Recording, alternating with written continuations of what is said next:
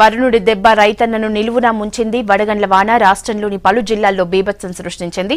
వేలాది ఎకరాల్లో చేతికొచ్చిన పంట దెబ్బతింది. మామిడి తోటలు ధ్వంసమయ్యాయి. పత్తి, వేరుశెనగ, మిర్చి పంటలకు తీవ్ర నష్టం వాటిల్లింది. భారీ ఈదురుగాలులకు చెట్లు విరిగిపోయాయి. చాలా ప్రాంతాల్లో విద్యుత్ సరఫరా నిలిచిపోయింది.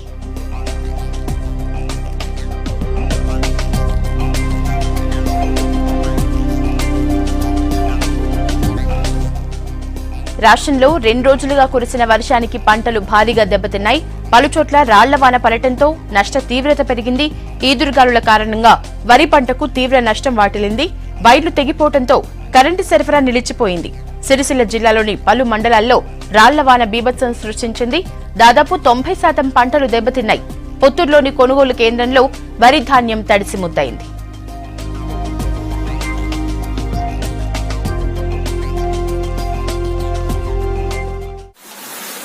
పెద్దపల్లి జిల్లా సుల్తానాబాద్ మండలంలో నిన్న ఉరుములు మెరుపులతో కూడిన వర్షం కురవడంతో పంట నేలపాలైంది.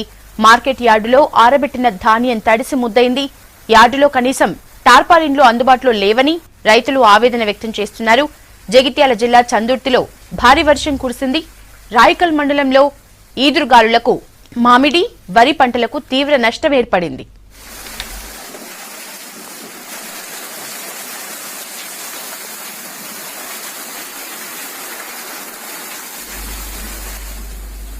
అటు ఉమ్మడి వరంగల్ జిల్లాలో 2 రోజులుగా ఈదురుగాలులతో వర్షం కురిసింది. ఖిలా వరంగల్, ఐనవోలు, హన్మకొండ, కాజిపేట మండలాల్లో పంటలకు నష్టం ఏర్పడింది. మామిడికాయలు నేలరాలాయి. ఐనవోలు మండలం వెంకటాపురంలో పిడుగుపాటుకు ఓ వ్యక్తి మృతి చెందాడు. జయశంకర్ జిల్లా భూపాలపల్లి మండలం ఆజంనగర్, నాగారం, దూదేకులపల్లి, గొల్లబుద్దారం తదితర ప్రాంతాల్లో ఎండబెట్టిన ధాన్యం తడిసింది. బలమైన గాలులకు భారీ చెట్లన్నీ నేలకూలాయి. విద్యుత్ సరఫరాకు అంతరాయం ఏర్పడింది. సిద్దిపేట జిల్లాలో రాళ్లవాన బీభత్సం సృష్టించింది. హుస్నాబాద్, కోహెడ, అక్కన్నపేట, మద్దూరు మండలాల్లో వందలాది ఎకరాల్లో వరి పంటకు నష్టం ఏర్పడింది.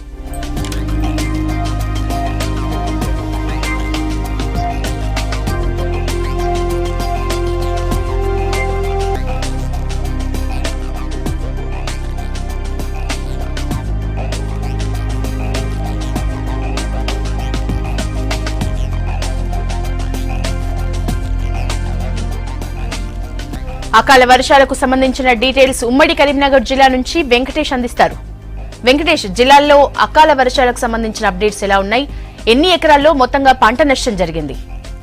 యశోద, అకాల వర్షాలు ప్రకృతి ప్రకోపానికి ప్రతి ఏటా అన్నదాతలు అతలాకుతలం అవుతున్నారు. కరీంనగర్ ఉమ్మడి జిల్లా వ్యాప్తంగా కూడా నిన్న మొన్న కురిసిన భారీ వడగళ్ల వాన కావచ్చు, వర్షం కావచ్చు పెద్ద ఎత్తున నష్టం కలిగించింది. ముఖ్యంగా వరి పంట మొత్తం ఉమ్మడి ఆంధ్రప్రదేశ్ రాష్ట్రంగా ఉన్నప్పుడే ఉమ్మడి రాష్ట్రంలోనే వరి ఎక్కువగా పండించే జిల్లా కరీంనగర్. అలాంటి జిల్లాలో ప్రతి ఏటా ఈ రబీ సీజన్ లో కావచ్చు, ఖరీఫ్ సీజన్ లో కావచ్చు పంట చేతికొచ్చి అమ్ముకునే దశలో ఇలాంటి వర్షాలు పడి పూర్తిగా అన్నదాతను తీవ్రంగా నష్టపరుస్తున్నాయి.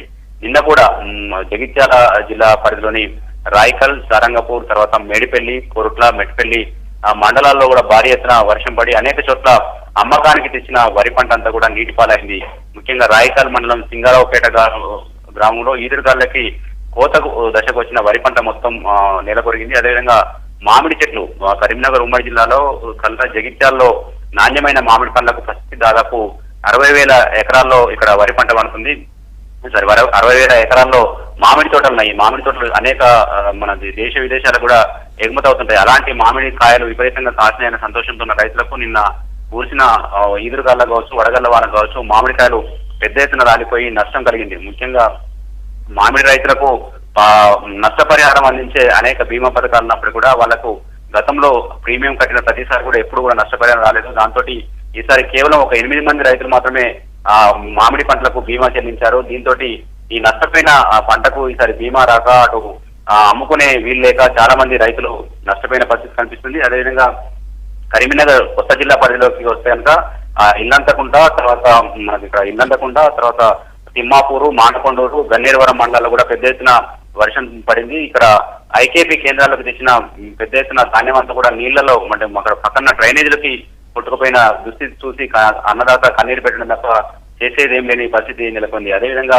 మొన్న కురిసిన వర్షాలకి పిడుగులు కూడా పడ్డాయి. పిడుగులు పడి ఇక్కడ సైదాపూర్ మండలంలో ఒక రైతు పొలంలోనే ప్రాణాలు వదిలేరు. అదేవిధంగా పశువులు, ఒక 2 పశువులు కూడా చనిపోయాయి. ఇట్లా మనకు ప్రతిసారి అటు వర్షం ఇటు పంట రూపంలో కావచ్చు, ఇటు ప్రాణ నష్ట రూపంలో కావచ్చు, ప్రతిసారి జిల్లాను అతలాకుతలం చేస్తుంది.